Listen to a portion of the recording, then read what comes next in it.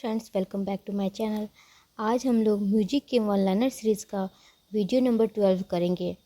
तो इसका क्वेश्चन हम लोग आज देखेंगे। 12 नंबर वीडियो हम लोग कर रहे हैं और 11 वीडियो हम लोग कंप्लीट कर चुके हैं। अगर आप लोग वीडियो नहीं देखे हैं तो इस वीडियो के लास्ट में वो वीडियो लगा दिया जाएगा प्लेलिस्ट का, तो आप लोग जाके देख सकते हैं लास्ट में। ठीक है, वीडियो को लास्ट तक ज़रूर देखिएगा। तो चलिए क्वेश्चन करना स्टार्ट करते हैं। फर्स्ट क्वेश्चन हम लोग का क्या पूछ रहा है? फर्स्ट क्वेश्चन पूछ रहा है, पूर्वी राग का जन्म बिहार में कहाँ माना जाता है? तो पूर्वी राग का जन्म जो है बिहार में, ये सारण जिला में माना जाता है। ठीक है, ये बीपीएससी TRE 4 के लिए काफ़ी इंपॉर्टेंट सेशन होने वाला है और स्टेट के लिए भी उतना ही इंपॉर्टेंट होने वाला है। कोई और अगर एग्ज़ाम आप लोग संगीत से रिलेटेड दे रहे हैं तो या देने वाले हैं तो उसके लिए भी ये काफ़ी इंपॉर्टेंट होने वाला है। तो वीडियो को लास्ट तक ज़रूर देखिएगा। नेक्स्ट है, पूर्वी राग में किस विधा के लोक गीत का वर्णन किया जाता है? तो पूर्वी राग में पूछ रहा है किस विधा के लोक गीतों का वर्णन किया जाता है? तो पति वियोग के गीत का वर्णन किया जाता है विरहिणियों द्वारा। ठीक है, विरहिणियों द्वारा किया जाता है ये वर्णन। ठीक है, फिर है, बिहार में किन गीतों को विशिष्ट गीतों की संज्ञा दी जाती है? तो पीड़िता के गीत, बिरहा गीत, जोगा गीत, सौपरानी गीत और झूमर झूमर के गीत, ये सब जो हैं बिहार के विशिष्ट गीत की संज्ञा के अंतर्गत आते हैं। नेक्स्ट क्वेश्चन हम लोगों का, बिहार में विविध गीतों के अंतर्गत किन गीतों को माना जाता है? तो ये हो जाएगा, इसका आंसर क्या हो जाएगा? इसका आंसर हो जाएगा झिझिया के गीत। ठीक है, झिझिया के गीत हो जाएगा, झरने के गीत हो जाएगा, पूर्वी गीत हो जाएगा, विदेशिया हो जाएगा, मिथिलांचल का तिरहुती हो जाएगा, फिर है बटगमनी हो जाएगा और फिर मंत्र गीत हो जाएगा। ये सब बिहार में विविध गीतों के अंतर्गत गीत माना जाता है। बिहार के विदेह क्षेत्र में प्रसिद्ध लोक नृत्य कौन सा है? तो ये हम लोग देख लेते हैं क्वेश्चन। बिहार के नेक्स्ट क्वेश्चन में है, बिहार के विदेह क्षेत्र में प्रसिद्ध लोक नृत्य कौन सा है? तो रामलीला नाच है, भगत नाच है और कीर्तनिया नाच है। ठीक है, बिहार से रिलेटेड इसमें भी दिया गया है इतना चीज़। ठीक है, फिर है, बिहार में डोम कक्ष नृत्य कब किया जाता है? तो डोम कक्ष नृत्य जो है ये पारिवारिक उत्सव की समय में किया जाता है, जैसे कि विवाह के समय में। ठीक है, छऊ नृत्य किससे संबंधित है? छऊ नृत्य जो है ये युद्ध भूमि से संबंधित नृत्य है छऊ नृत्य। छऊ नृत्य मुख्यतः किसके द्वारा किया जाता है? तो पुरुषों के द्वारा किया जाता है। ठीक है, पुरुष जो है महिला के वेश में आके ये छऊ नृत्य करते हैं। फिर है, बिहार में लकड़ी तथा बांस की खपच्चियों से निर्मित रंग बिरंगे वस्त्रों से सजे हुए घोड़े तथा लोक वाद्यों के साथ किए जाने वाला नृत्य कौन सा है? तो कटघोरवा नृत्य है। ठीक है, बोल रहा है बिहार में लकड़ी तथा बांस की खपच्चियों से निर्मित रंग बिरंगे वस्त्रों से सजे हुए घोड़ों तथा लोकवाद्यों के साथ किया जाने वाला नृत्य कौन सा हो जाएगा? कटघोरवा नृत्य हो जाएगा। फिर है, बिहार में नेक्स्ट है हम लोग का, बिहार में जनजातियों द्वारा कटाई बुआई के समय में कर्म देवता के समक्ष किया गया सामूहिक नृत्य कौन सा है? तो कर्मा नृत्य है। ठीक है, बिहार में जनजातियों द्वारा कटाई बुआई के समय में कर्मदाता के समक्ष किया गया सामूहिक नृत्य क्या कहलाएगा? कर्मा नृत्य कहलाएगा। ठीक है, बिहार के दुर्गा पूजा के अवसर पर स्त्रियों द्वारा सामूहिक रूप से किया जाने वाला नृत्य, जिसमें मुख्य नर्तकी के सिर पर एक घड़े के ढक्कन पर दीप जल रहा होता है, उसका नाम बताइए। तो झिंझिया नृत्य कहलाता है। बोल रहा है बिहार के दुर्गा पूजा के अवसर पर स्त्रियों द्वारा सामूहिक रूप से किया जाने वाला नृत्य, जिसमें मुख्य नर्तकी के सिर पर एक घड़े के ढक्कन पर दीप जल रहा होता है, उसका नाम क्या है? तो झिंझिया नृत्य हो जाएगा। फिर है, पूर्णिया क्षेत्र में विद्यापति के पदों को गाते हुए किया जाने वाला सामूहिक नृत्य क्या है? तो विद्यापति नृत्य है। ठीक है, पूर्णिया क्षेत्र में विद्यापति के पदों को गाते हुए किया जाने वाला नृत्य कौन सा हो जाएगा? विद्यापति नृत्य हो जाएगा। नेक्स्ट है हम लोगों का, बिहार के भोजपुर क्षेत्र के धोबी समाज द्वारा किया गया जातिगत नृत्य जो कि विवाह तथा मांगलिक अवसरों पर किया जाता है, ये हो जाएगा धोबिया नृत्य। ठीक है, ये बिहार में ही किया जाता है। धोबी समाज के द्वारा भोजपुर क्षेत्र में, ठीक है, याद रखिएगा। फिर है वह नृत्य जो जन्मोत्सव आदि के अवसर पर पुरुषों द्वारा स्त्रियों के वेश में हाथों में ढोल झांझ मंजीरे खिलौना गीत गाते हुए किया जाता है। कौन सा है? तो ये है पवरिया नृत्य, ठीक है। ये जन्मोत्सव में किसी का जन्म होता है तो उस समय में अवसर पे पुरुष स्त्री का वेश धारण करके हाथ में ढोल झांझ मंजीरा और खिलौना गीत गाते हुए ये नृत्य करते हैं, तो ये हो जाता है पवरिया नृत्य कहलाता है, ठीक है, पवरिया नृत्य हो जाएगा। नेक्स्ट है हम लोगों का होली के पर्व पर ग्रामीण युवक युवतियों द्वारा फाग गाते हुए किया जाने वाला नृत्य कौन सा है? तो जोगीरा नृत्य है, जिसको फगवा नृत्य भी कहते हैं, ठीक है। होली के समय में ग्रामीण युवक युवतियों द्वारा किया जाता है ये नृत्य। फिर है बिहार के मुस्लिम समाज द्वारा मुहर्रम के अवसर पर सामूहिक रूप से किया जाने वाला वह नृत्य जिसमें शोक गीतों के माध्यम से दुख प्रकट किया जाता है, तो ये झरनी नृत्य कहलाता है, ठीक है। ये मुस्लिम समाज के द्वारा किया जाता है मुहर्रम के अवसर पे बिहार में, ठीक है। ये शोक गीतों पे दुख प्रकट किया जाता है ये झरनी नृत्य के द्वारा। नेक्स्ट है बिहार में महिलाओं द्वारा त्योहारों तथा मांगलिक अवसरों पर सामूहिक रूप से किया जाने वाला नृत्य जिसमें महिलाएं घूमकर नृत्य करती हैं, तो ये करिया झूमर नृत्य कहलाता है, ठीक है। कौन सा कहलाता है? ये करिया झूमर नृत्य कहलाता है।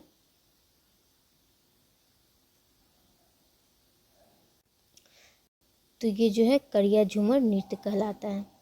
फिर है बिहार में उस नृत्य का नाम बताइए जो विवाह तथा मांगलिक अवसरों पर किया जाने वाला आतिथ्य नृत्य जो व्यावसायिक महिलाओं द्वारा किया जाता है, ये खोल्डीन नृत्य कहलाता है, ठीक है।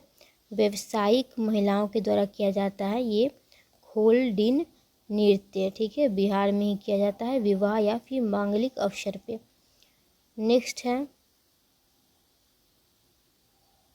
नेक्स्ट है उत्तर बिहार में प्रचलित उस नृत्य का नाम बताइए जिसमें ससुराल से रूठकर जाने वाली स्त्री का राह चलती दूसरी स्त्री से नोक-झोंक का चित्रण किया जाता है, तो ये बगुलो नृत्य कहलाता है, ठीक है। इसमें जो उत्तर बिहार में होता है ये नृत्य बगुलो नृत्य, ठीक है, दूसरी स्त्री से नोक-झोंक में ये चित्रण किया जाता है इस नृत्य में। फिर है बिहार के उस नृत्य का नाम बताइए जो महिलाओं द्वारा गंगा की स्तुति हेतु किया जाता है, तो गंगा की स्तुति के साथ जो नृत्य किया जाता है ये हो जाएगा गंगिया नृत्य, ठीक है। बिहार में सर्दियों में नाविकों द्वारा नृत्य की मुद्रा में गाए जाने वाले गीत का नाम बताइए, तो ये मांझी नृत्य हो जाएगा। बिहार में सर्दियों में नाविकों द्वारा नृत्य की मुद्रा में गाए जाने वाला गीत मांझी नृत्य कहलाएगा, ठीक है। नेक्स्ट हम लोग देख लेते हैं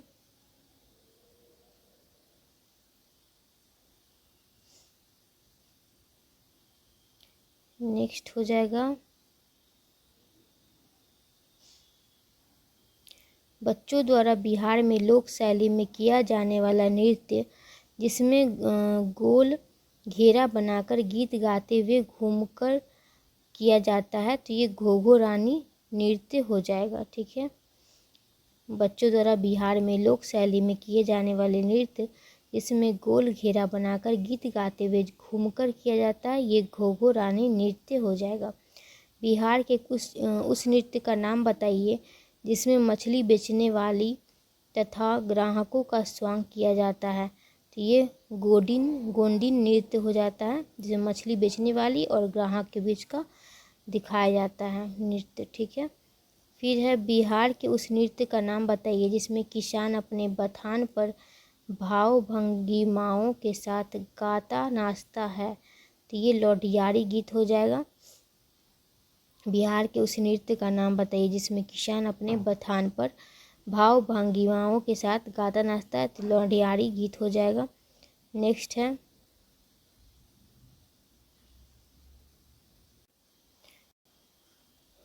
फसल काटे जाने के बाद किसान परिवारों द्वारा खुशी के उपलक्ष्य में किया जाने वाला नृत्य कौन सा है, तो धन कटनी नृत्य हो जाएगा। फसल काटे जाने के बाद किसान परिवार के द्वारा खुशी के उपलक्ष्य में किया जाता है ये नृत्य, तो ये धनकटनी नृत्य कहलाता है। फिर है भागलपुर तथा उसके आसपास के इलाकों के प्रसिद्ध वह नृत्य जिसमें महिलाओं द्वारा पति के परदेश जाने का वर्णन किया जाता है, तो ये बोलबे नृत्य कहलाता है। ये भागलपुर और उसके आसपास के इलाकों में ये नृत्य होता है, बोलबे नृत्य। ठीक है। बहन द्वारा किया गया वह नृत्य जो भाई के ससुराल आने पर तथा खाने का अभाव होने पर विरह गीत गाकर किया जाता है, तो वो घांटू नृत्य हो जाएगा। ठीक है। बहन द्वारा किया जाता है घांटू नृत्य। बिहार में पति पत्नी प्रसंग पर महिलाओं द्वारा किया गया नृत्य का नाम बताइए, तो इन्नी बिन्नी नृत्य हो जाता है। पति पत्नी प्रसंग पर महिलाओं द्वारा किया गया नृत्य इन्नी बिन्नी नृत्य हो जाएगा। बिहार तथा झारखंड में प्रचलित भगता नाच अन्य किस नाम से जाना जाता है, तो देवहर गीत के नाम से जाना जाता है। बिहार तथा झारखंड में प्रचलित भगता नाच देवहर गीत के नाम से भी जाना जाता है।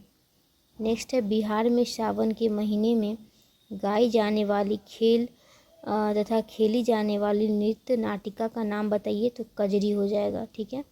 बिहार में सावन के महीनों में क्या गाया जाता है, तो कजरी नृत्य हो जाएगा, कजरी नृत्य किया जाता है। बसंत ऋतु के आगमन पर बिहार में स्त्रियों के द्वारा किया जाने वाला नृत्य कौन सा है, तो बसंत ऋतु में बसंती नृत्य हो जाएगा। होरी नृत्य किस ऋतु में किया जाता है, तो बसंत ऋतु में ही किया जाता है होरी नृत्य।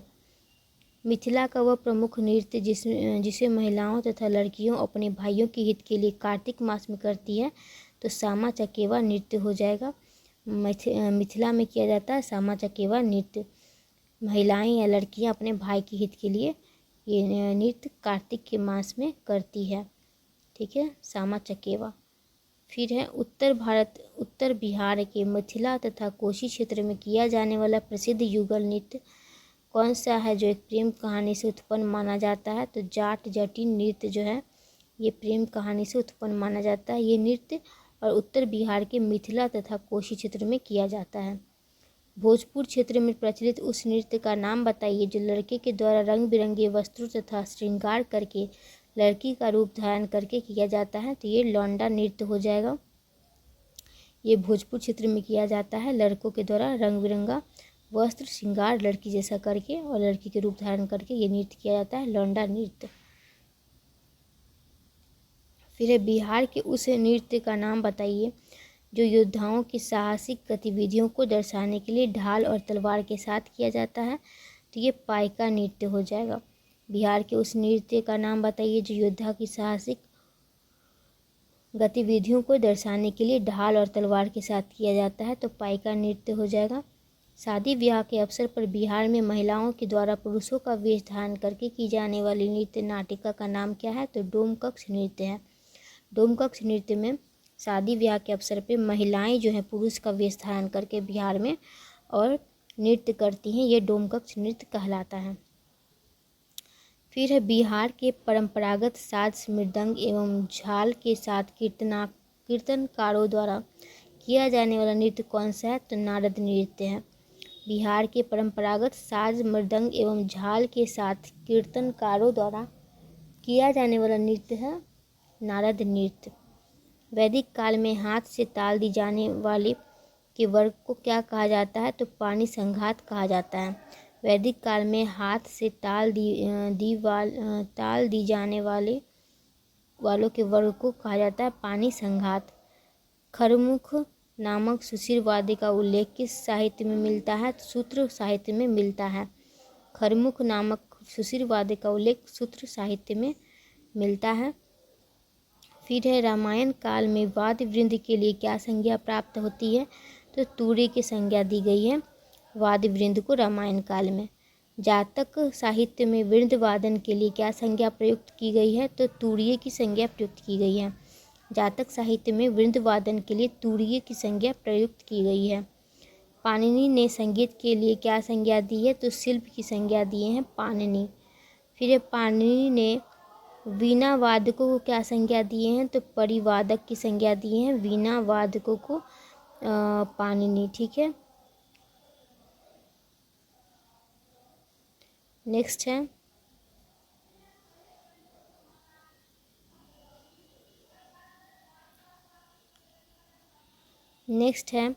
दत्तिल ने सप्त स्वरों को क्या संबोधित किया है? तो स्वर मंडल कहे हैं सप्त स्वरों को दत्तिल स्वर मंडल कहे हैं।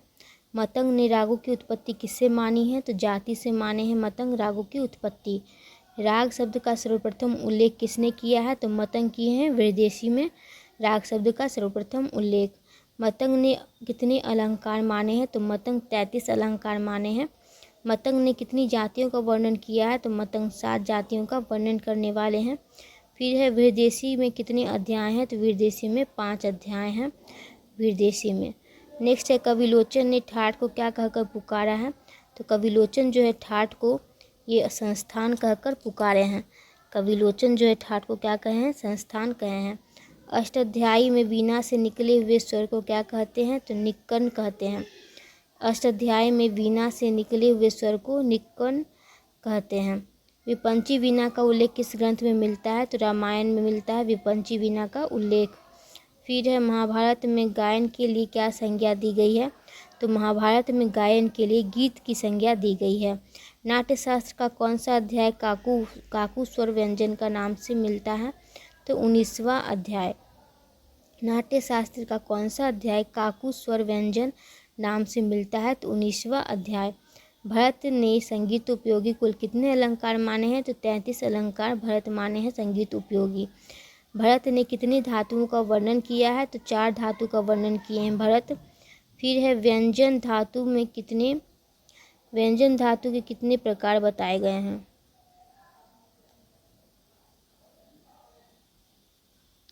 नेक्स्ट क्वेश्चन पूछ रहा है व्यंजन धातु के कितने प्रकार बताए गए हैं?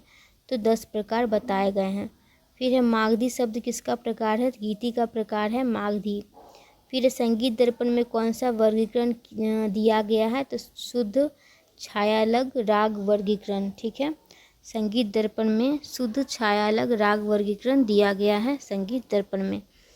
फिर राग विज्ञान के लेखक कौन है? तो राग विज्ञान के लेखक हैं विनायक राव पटवर्धन। राग विज्ञान के लेखक कौन है? विनायक राव पटवर्धन। ध्रुवा गीति का उल्लेख किस ग्रंथ में मिलता है? तो नाट्यशास्त्र में मिलता है ध्रुवा गीति का उल्लेख। नेक्स्ट है जनरल कर्नल के नाम से कौन प्रसिद्ध थे? तो अली बख्श और फतेह अली। जनरल और कर्नल के नाम से प्रसिद्ध थे अली बख्श और फतेह अली। कैवार का संबंध किससे है? तो प्रबंध से है। कैवार का संबंध प्रबंध से है। बहराम खां किससे संबंधित थे? ध्रुपद से संबंधित थे। बहराम खां जो थे ये ध्रुपद से संबंधित थे। फिर है सज्जन मोहम्मद किससे संबंधित थे? तो सुरबहार से संबंधित थे सज्जात मोहम्मद। ठीक है, सज्जात मोहम्मद सुरबहार से संबंधित थे। फिर है बरकतुल्ला खां किससे संबंधित थे? तो सितार वादन से संबंधित थे बरकतुल्ला खां। फिर है हनी नाशवा किससे संबंधित है? तो मध्यम ग्राम का मूर्छना है हरि नाशवा। पाश्चात्य संगीत में सामान्यतः जिन स्वरों पर बल नहीं होता उन पर बल देकर गति वैचित्र्य उत्पन्न करने को क्या कहते हैं? तो सिंकोपेशन कहते हैं। सिंकोपेशन बोल रहा है पाश्चात्य संगीत में सामान्यतः जिन स्वर पर बल नहीं होता उन पर बल देकर गति वैचित्र्य उत्पन्न करने को क्या कहते हैं? तो सिंकोपेशन कहते हैं। कौन सा ठाठ मेजर स्केल के समान होता है? तो बिलावल ठाठ जो है बिलावल ठाठ मेजर स्केल के समान होता है। फिर है गुनी दास किस महान संगीतज्ञ का उपनाम है? तो जगन्नाथ बुआ का उपनाम है आपको गुनी दास। फिर संचारी भाव को अन्य किस नाम से जाना जाता है? तो व्यभिचारी भाव के नाम से जाना जाता है। संचारी भाव का अन्य नाम क्या हो जाएगा? व्यभिचारी भाव। वान वीणा में कितनी तंत्रियाँ होती है? तो 100 तंत्रियाँ होती है। वान वीणा में 100 तंत्रियाँ होती है। द म्यूजिक ऑफ इंडिया के लेखक कौन है? तो हर्बर्ट ए पोपली हैं। ठीक है, द म्यूजिक ऑफ इंडिया के लेखक कौन है? हर्बर्ट ए पोपली हैं। केवल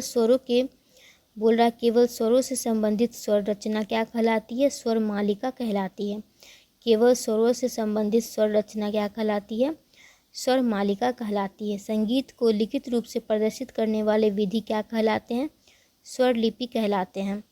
संगीत को लिखित रूप से प्रदर्शित करने वाले विधि स्वर लिपि कहलाते हैं। नेक्स्ट है स्वर और शब्द की एक रूपता स्थापित करने वाली रचना क्या कहलाती है? तो स्वर सागर कहलाती है। स्वर और शब्द की एक रूपता स्थापित करने वाली रचना क्या कहलाती है? स्वर सागर कहलाती है। स्वामी हरिदास कहाँ रहते थे? तो वृंदावन में रहते थे स्वामी हरिदास। सारिका युक्त वाद्यों के पर्दे पर बाएं हाथ की मध्यमा उंगली से तार को काट कर तथा कर्तन पर ध्वनित करने की क्रिया क्या कहलाती है? तो ये कीर्तन कहलाती है। बोल रहा है सारिका युक्त वाद्यों के पर्दे पर बाएं हाथ की मध्यमा उंगलियों से तार को काट कर तथा कर्तन कर ध्वनित करने की क्रिया क्या कहलाती है? कीर्तन कहलाती है। सप्तक के मंद्र स्वरों से भी नीचे के स्वरों को क्या कहा जाता है? तो अनुमंद्र कहा जाता है। पूछ रहा है सप्तक के मंद्र स्वरों से भी नीचे के स्वर को क्या कहते हैं? तो अनुमंद्र कहते हैं।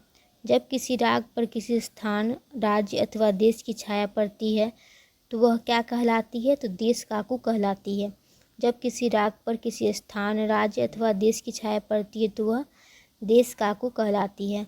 क्षेत्र काकू क्या है? तो प्रत्येक शरीर अथवा व्यक्ति की आवाज़ क्षेत्र काकू कहलाता है। प्रत्येक शरीर अथवा व्यक्ति की आवाज़ क्षेत्र काकू कहलाता है। फिर नेक्स्ट क्वेश्चन हमारा, चल ठाठ के सितार में कितने पर्दे होते हैं? तो 16 से 19 पर्दे होते हैं। चल ठाठ के सितार में 16 से 19 पर्दे होते हैं। फिर है गत के कितने भाग होते हैं? तो गत के 2 भाग होते हैं, एक अस्थाई एक अंतरा।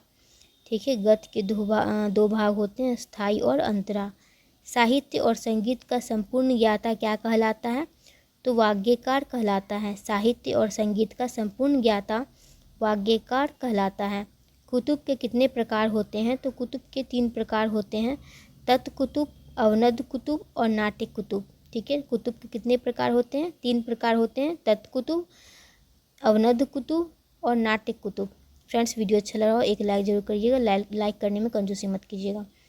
नेक्स्ट है, और चैनल पर नए हैं तो सब्सक्राइब कर लीजिएगा। नेक्स्ट वीडियो के लिए अपडेट आपको जल्दी से जल्दी मिल जाएगा, अब सब्सक्राइब कर लीजिएगा। तो नेक्स्ट है हम लोग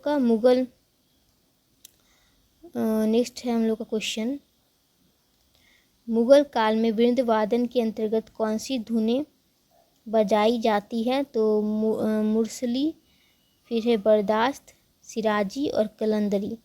ये मुगल काल में वृंद वादन के अंतर्गत धुनें बजाई जाती थी, मुरसली, बर्दाश्त, सिराजी और कलंदरी। फिर है 2 श्रुतियों वाले स्वरों को क्या कहते हैं? तो क्या कहते हैं फ्रेंड्स? अर्धस्वर कहते हैं। 2 श्रुतियों वाले स्वर को अर्धस्वर कहते हैं। भरत तथा मतंग ने कितने अलंकार माने हैं? तो 33 माने हैं भरत ने, और मतंग ने 23 भी माने जाते हैं कहीं कहीं। ठीक है, 33 या 23 भी माने जाते हैं कहीं कहीं, तो ऑप्शन के अकॉर्डिंग लगाइएगा। रसों के आधार पर तथा समय काल के आधार पर रागों की वर्गीकरण हेतु किस ग्रंथ को जाना जाता है? तो संगीत मकरंद को जाना जाता है। रसों के आधार पर तथा समय काल के आधार पर रागों के वर्गीकरण हेतु संगीत मकरंद ग्रंथ को जाना जाता है। फिर राग में कौन से स्वर एक साथ वर्जित नहीं होते हैं?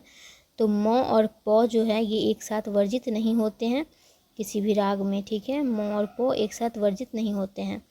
फिर है नेक्स्ट क्वेश्चन, प्राचीन काल में रागों का वर्गीकरण किस आधार पे होता था? तो समय के आधार पे होता था।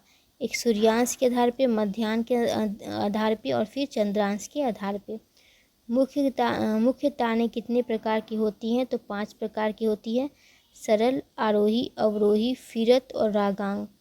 मुख्यतः ताने जो हैं 5 प्रकार की होती है, सरल, आरोही, अवरोही, फिरत और रागांग। आहत गमक का आधुनिक नाम क्या है? तो खटका है। आहत गमक का आधुनिक नाम क्या है फ्रेंड्स? तो खटका हो जाता है। स्फुरित गमक का आधुनिक नाम क्या है? तो जमजमा है, मुर्की कन है, मुर्की है, फिर कन है, गीतकरी है और कीर्तन है। ठीक है, ये सब नाम से स्फुरित गमक को आधुनिक टाइम में जाना जाता है। जमजमा के नाम से, मुर्की के नाम से, कन के नाम से, गीतकरी के नाम से तथा कीर्तन के नाम से। प्लावित गमक का आधुनिक नाम क्या है? तो मिंड है। तो प्लावित गमक क्या है आधुनिक काल में? मेंढ है। फिर नेक्स्ट है हमारा त्रिभिन्न गमक का आधुनिक नाम क्या है? तो पुकार है। त्रिभिन्न गमक का आधुनिक नाम पुकार है। रूपक कलाप्ति के कितने भेद हैं? तो 2 भेद हैं, प्रतिगृहनिका और रूपक भंजनी। ठीक है, तो रूपक कलाप्ति का कितना भेद हो जाता है? 2 भेद हो जाता है। अल्पत्व के कितने प्रकार हैं? अल्पत्व के 2 प्रकार हैं। जो रचनाएं ताल में बंधी हो उसे क्या कहते हैं? तो निबद्ध गान कहते हैं। तो निबद्ध गान जो है ये ताल में बंधी रचना होती है। फिर है नेक्स्ट है हमारा कौन सा गान अनिबद्ध गान नहीं है? तो धमार जो है अनिबद्ध गान नहीं है। निबद्ध गान का प्रकार कौन सा नहीं है? अलप्ति गान निबद्ध गान नहीं है। राग का वह आलाप जिसमें राग के स्वरों का विस्तार राग के 10 लक्षणों के पालन के अनुरूप होता है क्या कहलाता है? रागालाप कहलाता है। ठीक है, इसका रागालाप हो जाएगा। फिर नेक्स्ट है राग आलाप की दूसरी सीढ़ी किसे कहा जाता है? तो रूपक आलाप को कहा जाता है। स्वस्थान नियम के आलाप में आलाप के कितने भाग होते हैं? तो 4 भाग होते थे। स्वस्थान नियम के आलाप में आलाप के 4 भाग होते थे। द्वयर्ध स्वर क्या था? तो द्वयर्ध स्वर जो है अंश स्वर से चौथा स्वर जो होता था उसे द्वयर्ध स्वर कहते थे। फिर नेक्स्ट है प्रथम स्वस्थान के आलाप किन स्वरों में किया जाता था? तो द्वयर्ध स्वर से नीचे के स्वर में किया जाता था। प्रथम स्वस्थान में आलाप जो है द्वैध स्वर से नीचे के स्वर में किया जाता था। स्वस्थान के दूसरे नियम में किन स्वरों का आलाप किया जाता था? तो द्वैध स्वर तक के स्वरों में। ठीक है, स्वस्थान के दूसरे नियम में द्वैध स्वर तक के स्वरों में आलाप किया जाता था। स्वस्थान के तीसरे नियम का आलाप किन स्वरों में किया जाता था? तो अर्ध स्थित स्वरों में आलाप किया जाता था। नेक्स्ट है स्वस्थान के अंतिम नियम में किन स्वरों में आलाप किया जाता था? तो द्विगुणित स्वर तथा उसके ऊपर के स्वरों में आलाप। नेक्स्ट क्वेश्चन हम लोग का निम्नलिखित में से प्रमेल प्रवेशक राग कौन सा है? तो मुल्तानी जो है ये प्रमेल प्रवेशक राग हो जाता है। संध्याकालीन संधि प्रकाश रागों में मध्यम के किस रूप का प्रयोग किया जाता है? तो तीव्र म का प्रयोग किया जाता है संध्याकालीन संधि प्रकाश राग में। फिर अर्धदोर्शक स्वर कौन सा है? तो म जो है यही है अर्धदोर्शक स्वर। प्राचीन काल में स्वरों के छोटे छोटे स्वर समूहों को क्या कहते थे? तो अस्थाई कहते थे। प्राचीन काल में स्वरों के छोटे छोटे स्वर समूह को अस्थाई कहा जाता था। आज का लास्ट क्वेश्चन हम लोगों का प्राचीन काल में कर्ण मींड अलंकार गमक आदि स्वरों के अलंकारों का प्रयोग कर रागों का विस्तार करने को क्या कहते थे? तो इसका आंसर हो जाएगा मुख चालन। ठीक है, इसका आंसर हो जाएगा आपको मुख चालन। ठीक है, प्राचीन काल में कर्ण मींड अलंकार गमक आदि के स्वरों के अलंकार का प्रयोग कर रागों के विस्तार करने को क्या कहते थे? तो मुख चालन हो जाएगा मुख चालन। ठीक है, आज की वीडियो के लिए फ्रेंड्स बस इतना ही। वीडियो अच्छा लगा तो एक लाइक कर दीजिएगा। Thanks for watching. और नए चैनल पर नए सब्सक्राइब कर लीजिएगा। बाकी का वीडियो नहीं देखें तो अभी जाकर प्लेलिस्ट देख लीजिएगा। मिलते हैं नेक्स्ट वीडियो में, तब तक अपना ख्याल रखिएगा।